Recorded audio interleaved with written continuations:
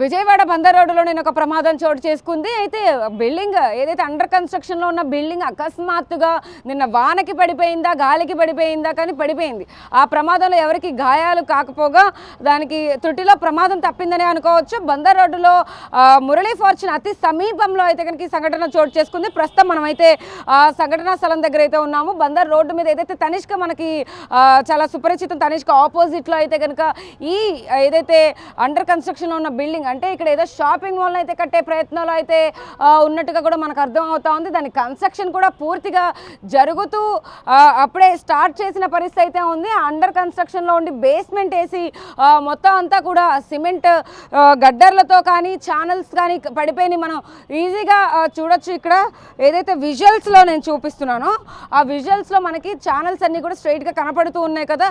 వాటన్నిటినీ కూడా నిన్న పోలీస్ సిబ్బంది కానీ ఇక్కడ ఏదైతే క్లియర్ చేయడానికి కొంతమంది టెక్నీషియన్స్ ఇక్కడికి రావడం జరిగింది. వాళ్ళందరూ వచ్చి ఇక్కడ ఏవైతే పడిపోయి ఉన్నాయో ఛానల్స్ అన్నిటినీ కూడా అంటే అకస్మాత్తుగా అప్పటికప్పుడు వాటన్నిటినీ కూడా తీసి లోపల పెట్టిన పరిస్థితి అయితే ఉంది. ఇక్కడ ఏదైతే కన్స్ట్రక్షన్కి సంబంధించి కూడా అసలు ప్రమాదం ఎలా జరిగింది అనేది కూడా నేను చూపించే ప్రయత్నం చేస్తాను. ఇప్పుడు నా పక్కన ప్రస్తుతం ఏదైతే ఉందో దీన్ని గడ్డర్ అంటారు.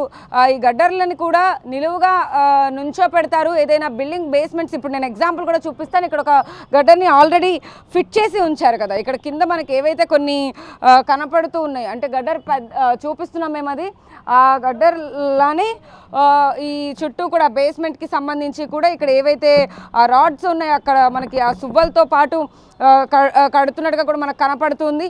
అయితే ఈ కట్టే నేపథ్యంలో వాళ్ళు ఈ గడ్డర్కి కింద నేను ఒక్కసారి ఆ ప్రమాదం ఎలా జరిగిందో మీకు చూపించే ప్రయత్నం అయితే చేస్తాను. ఒక్కసారి శివరామకృష్ణ కొంచెం ముందుకు రండి, చూపిద్దాం. ఒక్కసారి ఇది చూడొచ్చు. ఆ గడ్డర్ని వాళ్ళు కన్స్ట్రక్షన్లో భాగంగా ఇక్కడ నుంచో పెట్టారు కదా. ఆ నుంచో పెట్టడానికి సహాయపడింది ఆ లోపల బోల్ట్లు, ఆ రాడ్లు అనమాట. ఆ బోల్ట్లు రాడ్లతో దాన్ని నుంచో పెట్టిన పరిస్థితి. ఇప్పుడు నేను నుంచున్నా ఇక్కడ ఇదే బిల్డింగ్ కూలిపోయిన బిల్డింగ్ దగ్గరే ఉన్నాను. ఇలాంటి గడ్డర్లన్నీ కూడా కూలిపోయిన పరిస్థితి. ఇది మా మీద ఎప్పుడు పడిద్దో కూడా మాకు తెలీదు నిజంగా. అయితే అయినా కూడా సాహసం చేసి మేము ఇక్కడికి వచ్చాము. బట్ ఇక్కడ ఒకసారి మనం లైవ్లో ఈ గడ్డర్ ఏదైతే ఉందో ఇది చూడొచ్చు మనం. ఈ గడ్డర్ని కూడా అంటే ఇలాంటివి ఒక చుట్టుపక్కల మొత్తం ఒకసారి చూడొచ్చు మనం. బేస్మెంట్కి సంబంధించి కూడా కిందంతా కూడా తవ్వారు. కిందంతా కూడా సిమెంట్ పనులన్నీ కూడా అయిపోయాయి దాదాపుగా కూడా. ఇక్కడ ఒకసారి కింద కూడా మనం చూస్తే ఏవైతే ఈ గడ్డర్లకి సంబంధించిన సామాగ్రి కానీ ఛానల్స్కి సంబంధించిన సామాగ్రి కానీ ప్రతి ఒక్కటి ఊడి పడిపోవడం కూడా అన్నీ మనం చాలా చూడొచ్చు. అయితే ఒక్కసారి మనం ఇప్పుడు ఒక గడ్డర్ని మనం నుంచోపెట్టిన దాన్ని చూపించాం కదా. ఇక్కడ ఇవి ఎలా కూలిపోయాయి అనేది కూడా నేను చూపిస్తాను.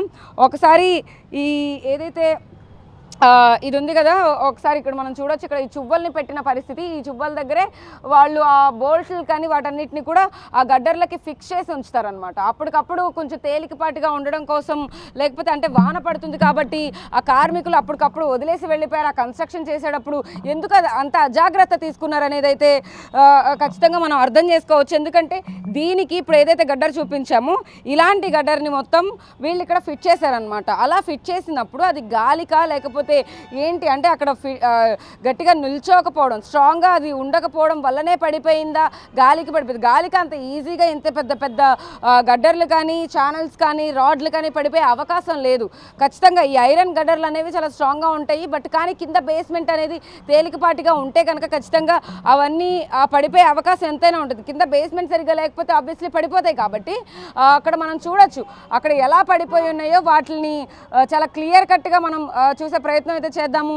అక్కడ ఏవైతే బోల్ట్స్ ఉన్నాయో ఆ బోల్ట్స్ కూడా అవి విరిగిపోయినాయి మనం చూడొచ్చు. ఆ సిమెంట్ దగ్గర కూడా చాలా క్లియర్గా స్ట్రాంగ్గా లేదు కాబట్టే ఆ బేస్మెంట్ కానీ ఆ సిమెంట్ పనులు కానీ లేకపోతే కన్స్ట్రక్షన్ చేసేటప్పుడు ఆ ప్లానింగ్ కానీ వాళ్ళు అంత అజాగ్రత్తగా అంత ఇర్రెస్పాన్సిబుల్గా వాటిని కట్టి వదిలేశారా, లేకపోతే ఇంత పెద్ద పెద్ద ఐరన్ రాడ్లు ఎలా పడిపోయి ఉంటాయి అనేది అయితే కనుక చాలా ప్రశ్నార్థకంగా మారుతుంది. ఆ ఛానల్ని కూడా చాలా క్లియర్ కట్గా మనం పూర్తిగా చూడొచ్చు. వంగిపోయింది.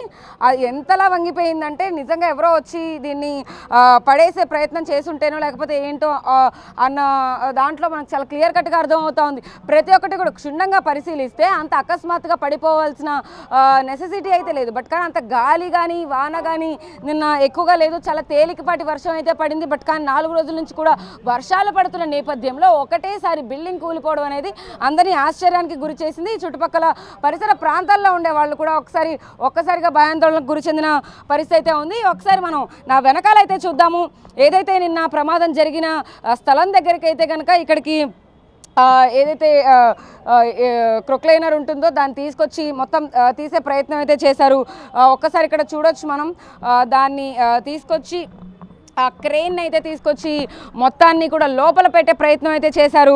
బయట అసలు సిచ్యువేషన్ ఏంటి అంటే నిన్న పెట్టేసిన తర్వాత కూడా ఆ గుడ్డ ఏదైతే గ్రీన్ కలర్ క్లాత్ కనబడుతుందో దాని వెనకాల మొత్తం ఇక్కడ ప్రమాదం జరిగింది కాబట్టి ఎవరు ఇక్కడికి రావద్దు అనడానికి సంకేతంగా అయితే కనుక ఇక్కడ ఒక క్లాత్ని కట్టిన పరిస్థితి అయితే ఉంది. ఖచ్చితంగా ఇలాంటి నిర్లక్ష్య ధోరణి ఖచ్చితంగా ప్రజలు బలైపోయే అవకాశాలు చాలా ఎక్కువగా ఉంటాయి కాబట్టి చాలా జాగ్రత్తగా ఎవరు కన్స్ట్రక్షన్ చేసుకున్నా కానీ లేకపోతే ఎవరు బిల్డింగులు కట్టినా కానీ ఖచ్చితంగా ఆ చుట్టుపక్కల అంటే నిన్న కార్మికులు పనిచేస్తూ ఉన్నారు. ఈ సమయంలోనే ఇలాంటి సాయంకాలం సమయంలోనే చాలా చల్లగా ఉంది వాతావరణం, వర్షాలు కూడా పడుతూ ఉన్నాయి. ఇదే నేపథ్యంలో అందరూ ఎక్కువగా అయితే కనుక బయటికి వస్తూ ఉంటారు. బట్ కానీ ఫార్చునేట్లీ ఆర్ అన్ఫార్చునేట్లీ ఇక్కడ నుంచి ఆ వర్కర్స్ అందరూ కూడా బయటకు వెళ్ళిపోయిన తర్వాత కూలిపోయింది కాబట్టి ఎవరికి ఏ ప్రమాదం జరగలేదు. ఇఫ్ ఇన్ కేస్ అక్కడ ఎవరైనా ఉండుంటే ప్రాణ నష్టం చాలా జరుగుండేది. ఒకసారి బయటకు వెళదాం. అక్కడికి వెళ్ళి చాలా ఇక్కడ కొంతమంది ఉన్నారు, వాళ్ళని అడుగుదాం. ఏంటండి అంటే ఈ బిల్డింగ్కి సంబంధించి కన్స్ట్రక్షన్కి సంబంధించిన వాళ్ళేనా మీరు? కాదా? ఎప్పుడు జరిగింది ఇది? ఒకసారి ముందు. నిన్న సాయంత్రం అండి. సాయంత్రం మీరు చూసారా? లేదు, సౌండ్ విని బయటకు వచ్చామండి. ఓకే. సాయంత్రం అంటే ఎట్లా చాలా భయంకరమైన పెద్ద సౌండే వచ్చిందా? ఒకేసారి పెద్ద సౌండ్ వచ్చింది, అది విని బయటకు వచ్చాం. ఓకే. ఇవన్నీ అంత ఈజీగా పడిపోయే అవకాశం ఏమైనా ఉంటుందా? అసలు చూస్తుంటే రాడ్లన్నీ కానీ గడ్డర్లు ఇవన్నీ కూడా పడిపోయిన పరిస్థితి కనపడతా ఉంది. అంత ఈజీగా ఇవన్నీ పడిపోతాయి అంటారు? అసలు డైలీ నార్మల్గానే ఉండేదండి, మరి నిన్న సాయంత్రమే సడన్గా అలా జరిగిపోయింది. ఎందుకని ఆ టైంలో ఎవరు లేకపోవడం? ఎవరు లేరు. మీరు చూసినప్పుడు వెంటనే ఎవరైనా వచ్చారా ఇక్కడికి? లేదు, సౌండ్ వినే వచ్చాము అందరం ఒకసారి. ఏం చేస్తుంటారంటే ఇక్కడ ఈ పక్క షాప్లో చేస్తాం. పక్క షాప్లో వర్క్ చేస్తుంటారు. సో చూడొచ్చు, పక్క షాప్లో వర్క్ చేసే వాళ్ళు కూడా అంటే లోపలికి వచ్చి ఏం జరిగింది ఏంటి అని అయితే చూడడానికైతే లోపలికి వస్తున్నారో. మనం అండర్ గ్రౌండ్ ఏదైతే వర్క్స్ జరిగినాయో అవన్నీ కూడా ఒక్కసారి మనం గమనిస్తే కనుక అవి కూడా పడిపోయాయి. ఆ కర్రలు వాటన్నిటిని కూడా కొంచెం సిమెంట్ బేస్మెంట్ దగ్గర కానీ అవన్నీ స్ట్రాంగ్ అవ్వడం కోసం, ఎక్కడ కూలిపోకుండా ఉండడం కోసం అయితే అవి పెడుతూ ఉంటారు బేసిక్గా. సో వాటన్నిటిని కూడా మనం చూడొచ్చు. రాడ్లన్నీ కూడా ఎక్కడికక్కడ చెల్లా చెదరైపోయాయి. అయితే మనం ఒకసారి బయటకు కూడా వెళదాము. బయట పరిస్థితి ఏంటంటే బందర్ రోడ్డు మీద అటు తనిష్క మెయిన్ బందర్ రోడ్డు మీద అటువైపు పడిపోయాయి, కొన్ని ఇటువైపు పడిపోయాయి అనమాట. అంటే మురళీ ఫార్చ్యూన్కి ఇంకొక రోడ్డు ఉంటుంది. ఈ రోడ్లో కూడా చాలా షాపింగ్ మాల్స్ కానీ లేకపోతే ఏవైతే చిన్న చిన్న వ్యాపారస్తులు కూడా వాళ్ళ వ్యాపారానికి సంబంధించిన షాప్స్ పెట్టుకుంటూ ఉంటారు. అలాంటి ప్లేస్లో ఇలాంటి అంటే ఇంకొక షాపింగ్ మాల్ని బందర్ రోడ్డు మీద లేపే ప్రయత్నం అయితే చేస్తూ ఓకే ఒక్కసారి మనం బయట కూడా చూద్దాము. బయట ఏ విధంగా అది కుప్పకూలినప్పుడు అన్ని రోడ్డు మీద ఎలా పడిపోయాయో కూడా చూపించే ప్రయత్నం అయితే నేను చేస్తాను. ఒకసారి బిల్డింగ్ బయటకైతే వచ్చాం మనము. బిల్డింగ్ అంటే అది అండర్ కన్స్ట్రక్షనే ఉంది, బట్ కాకపోతే అక్కడ షాపింగ్ మాల్ అయితే నిర్మించే ప్రయత్నం అయితే చేస్తూ ఉన్నారు కాబట్టి అక్కడ అసలు ఏం జరిగింది, బయట ఎవరైనా చూసుంటారా ఏంటి అనేది కూడా అడిగే ప్రయత్నం చేస్తాం. మొత్తం టోటల్ పూర్తిగా ఆ క్రెయిన్తో ఈ గ్రీన్ ఏదైతే గ్రీన్ కలర్ క్లాత్ కనబడుతూ ఉందో మనకి, ఆ గ్రీన్ కలర్ క్లాత్తో అయితే మొత్తం కవర్ చేసిన పరిస్థితి. ఎందుకంటే ఇక్కడ ఆల్రెడీ ప్రమాదం జరిగింది కాబట్టి మళ్ళీ జరగకుండా ఉండేందుకు, ఎవరికి ఎఫెక్ట్ కాకుండా ఉండేందుకు నిన్న అకస్మాత్తుగా జరిగిన ఈ సంఘటనకి అయితే కనుక ఎవరికి ఎలాంటి గాయాలు కాలేదు. ఎవరు లేకపోవడంతో కనుక త్రుటిలో ప్రమాదం తప్పిందనుకోవచ్చు. ఖచ్చితంగా ఇక్కడ ఇలాంటి బిల్డింగ్ అంటే ఇక్కడ షాపింగ్ కాంప్లెక్సెస్ కానీ లేకపోతే మురళీ ఫార్చ్యూన్ లాంటి ఒక పెద్ద హోటల్ కానీ అన్నీ ఉండడం, ఇక్కడ జనసంచారం కూడా ఎక్కువగా ఉంటుంది. ఈ రోడ్డు వైపే మనం కవర్ చేసే టైంలోనే చాలామంది కూడా ఇక్కడ తిరుగుతూ ఉన్నారు. ఈ నేపథ్యంలోనే బిల్డింగ్ కూలిపోవడం అనేది కనుక చాలా ఆశ్చర్యానికి గురి చేస్తుంది. ఒకసారి మనం ఏదైతే ఈ రోడ్ అంతా కూడా ఒకసారి చూపించే ప్రయత్నం చేస్తాను. ఈ రోడ్లోనే ఐరన్ రాడ్స్ కూడా ఆ గడ్డర్లు కూడా పడిపోయిన పరిస్థితి అయితే ఉంది. దీనికి ఎదురుగానే మనకి ఒక బజ్జీ మిక్చర్ బాబాయ్ కూడా ఒక బండి పెట్టుకున్న పరిస్థితి అయితే ఉంది. ఆయన ఖచ్చితంగా కళ్ళకు కట్టినట్టు చూసే ఉంటారు కాబట్టి ఆయన్ని ఒకసారి అడిగే ప్రయత్నం అయితే చేద్దాము.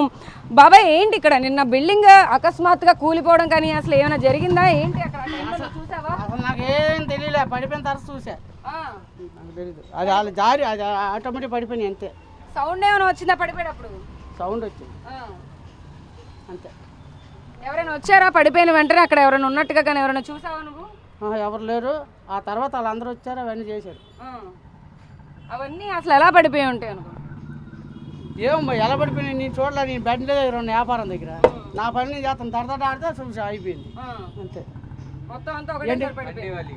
సో ఆయన బజ్జీలు అమ్ముకోవడంలో బిజీగా ఉన్నారు. అయితే మొత్తం మీద ఏదైతే బిల్డింగ్ పడిపోయిందో అది ఒకేసారిగా సౌండ్ రావడంతో అయితే కనుక నేను చూశాను. కన్ను మూసి తెరిచే లోపు ఆ బిల్డింగ్ కుప్పకూలిపోవడం అయితే కనుక నేను చూశాను. బయటకు వచ్చిన తర్వాత అయితే కనుక అన్ని చెల్లాచెదురు పడిపోయి ఉన్నాయి. తర్వాత వాళ్ళు వచ్చి తీసుకెళ్లారంటూ కూడా బజ్జీ మిక్స్చర్ అమ్ముకునే బాబాయ్ కూడా చెప్తున్న పరిస్థితి అయితే కనపడుతూ ఉంది. అయితే మొత్తం మీద అసలు దీనికి సంబంధించి ఈ కన్స్ట్రక్షన్ ఓనర్స్ ఎవరు, ఇక్కడ ఏం కడదాం అనుకున్నారు, ఎవరి నేపథ్యంలో ఈ బిల్డింగ్ కన్స్ట్రక్షన్ జరుగుతూ ఉంది, ఇది ఎందుకు కూలిపోయింది అనేది అయితే కనుక అటు ఏదైతే డిపార్ట్మెంట్కి సంబంధించిన వాళ్ళు కూడా నేను ఇక్కడికి వచ్చారు కాబట్టి వాటి వివరాలను అయితే తెలుసుకునే ప్రయత్నం వాళ్ళు కూడా చేస్తూ ఉన్న నేపథ్యంలో దీని గురించి మరిన్ని వివరాలు వాళ్ళు కూపీలాగే ప్రయత్నం అయితే చేస్తున్నారని చెప్పొచ్చు. వీడియో జర్నలిస్ట్ శివరామకృష్ణ, సాహిత్య, బిగ్ టీవీ, విజయవాడ నుంచి. For more videos like this, subscribe Big TV channel.